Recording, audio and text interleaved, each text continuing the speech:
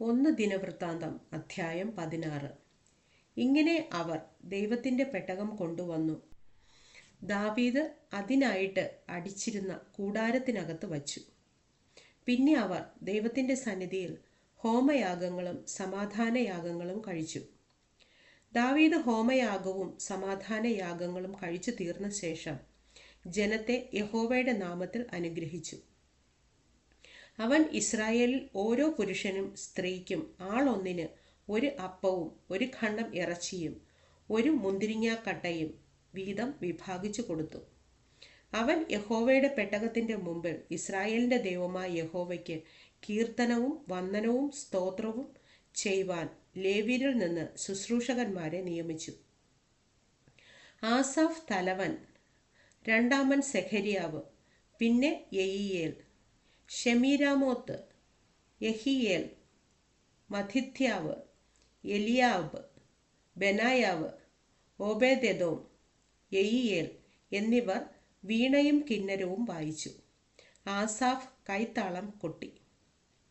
പുരോഹിതന്മാരായ ബെനായാവും യഹസിയേലും ദൈവത്തിൻ്റെ നിയമപെട്ടകത്തിൻ്റെ മുമ്പിൽ നിരന്തരം കാഹളമൂതി. അന്ന് ആ ദിവസം തന്നെ ദാവീദ് ആസാഫും അവൻ്റെ സഹോദരന്മാരും മുഖാന്തരം യഹോവയ്ക്ക് സ്തോത്രം ചെയ്യേണ്ടതിന് ആദ്യം നിയമിച്ചതെന്തെന്നാൽ, യഹോവയ്ക്ക് സ്തോത്രം ചെയ്ത് അവൻ്റെ നാമത്തെ ആരാധിപ്പിൻ, ജാതികളുടെ ഇടയിൽ അവൻ്റെ പ്രവൃത്തികളെ അറിയിപ്പിൻ, അവന് പാടി കീർത്തനം ചെയ്യുവിൻ, അവൻ്റെ അത്ഭുതങ്ങളെയൊക്കെയും വർണ്ണിപ്പിൻ, അവൻ്റെ വിശുദ്ധ നാമത്തിൽ പുകഴുവിൻ. യഹോവയെ അന്വേഷിക്കുന്നവരുടെ ഹൃദയം സന്തോഷിക്കട്ടെ. യഹോവയെയും അവൻ്റെ ശക്തിയെയും തേടുവിൻ, അവൻ്റെ മുഖം നിരന്തരം അന്വേഷിപ്പിൻ.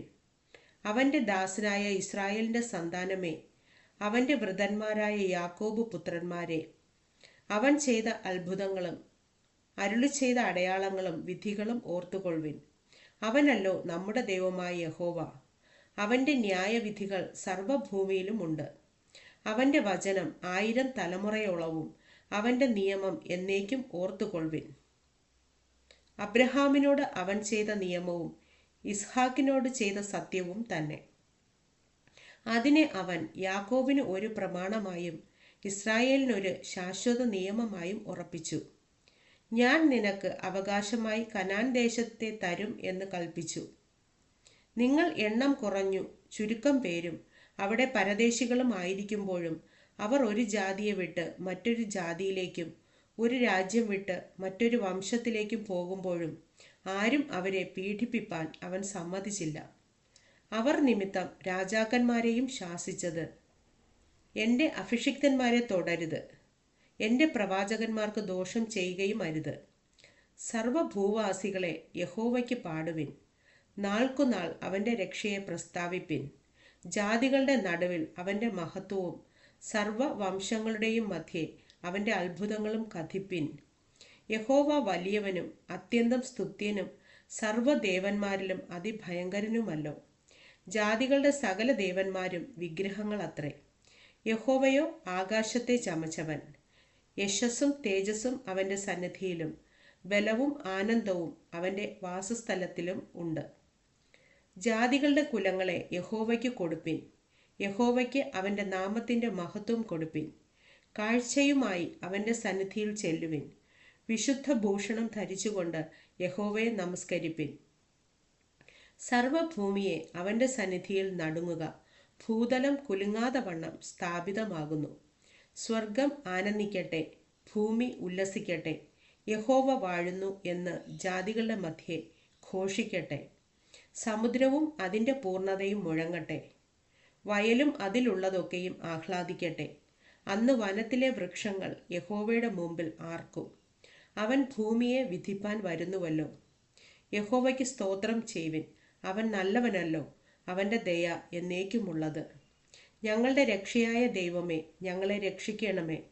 തിരുനാമത്തെ വാഴ്ത്തി നിന്റെ സ്തുതിയിൽ പുകഴുവാൻ ജാതികളുടെ ഇടയിൽ നിന്ന് വിടുവിച്ച് ശേഖരിക്കണമേ എന്ന് പറവിൻ. ഇസ്രായേലിൻ ദൈവമായ യഹോവ എന്നും എന്നേക്കും വാഴ്ത്തപ്പെട്ടവൻ. സകല ജനവും ആമേൻ എന്നു പറഞ്ഞ് യഹോവയെ സ്തുതിച്ചു. ഇങ്ങനെ പെട്ടകത്തിൻ്റെ മുമ്പിൽ ദിവസം പ്രതിയുള്ള വേലയുടെ ആവശ്യം പോലെ നിത്യം ശുശ്രൂഷിക്കേണ്ടതിന് ആസാഫിനെയും അവൻ്റെ സഹോദരന്മാരെയും ഓബേദ് എദോമിനെയും അവരുടെ സഹോദരന്മാരായ 68 പേരെയും യഹോവയുടെ പെട്ടകത്തിന് മുമ്പിലും യദൂഥൂൻ്റെ മകനായ ഓബേദ് എദോമിനെയും ഹോസയെയും വാതിൽ കാവൽക്കാരായും നിർത്തി. പുരോഹിതനായ സാദോക്കിനെയും അവൻ്റെ സഹോദരന്മാരായ പുരോഹിതന്മാരെയും ഗിബയോനിലെ പൂജാഗിരിയിൽ യഹോവയുടെ തിരുനിവാസത്തിനു മുമ്പിൽ യഹോവ ഇസ്രായേലിനോട് കൽപ്പിച്ചിട്ടുള്ള അവൻ്റെ ന്യായപ്രമാണത്തിൽ എഴുതിയിരിക്കുന്ന പ്രകാരമൊക്കെയും രാവിലെയും വൈകുന്നേരവും നിത്യം ഹോമപീഠത്തിന്മേൽ യഹോവയ്ക്ക് ഹോമയാഗം കഴിപ്പാനും അവരോട് കൂടെ ഹേമാൻ, യദൂഥൂൻ മുതലായ പേർ വിവരം പറഞ്ഞിരിക്കുന്ന ശ്രേഷ്ഠന്മാരെയും അവൻ്റെ ദയ എന്നേക്കുമുള്ളത് എന്നിങ്ങനെ യഹോവയ്ക്ക് സ്തോത്രം ചെയ്യുവാനും നിയമിച്ചു. അവരോട് കൂടെ ഹേമാനെയും യദൂഥൂനെയും കാഹളം, കൈത്താളം എന്നിങ്ങനെ ദിവ്യസംഗീതത്തിനായുള്ള വാദ്യങ്ങളെ ധ്വനിപ്പിക്കേണ്ടതിന് നിയമിച്ചു. യദൂഥൂൻ്റെ പുത്രന്മാർ വാതിൽ കാവൽക്കാർ ആയിരുന്നു. പിന്നെ സർവ്വജനവും ഓരോരുത്തൻ താൻ്റെ വീട്ടിലേക്ക് പോയി. ദാവീദും തൻ്റെ കുടുംബത്തെ അനുഗ്രഹിപ്പാൻ മടങ്ങിപ്പോയി.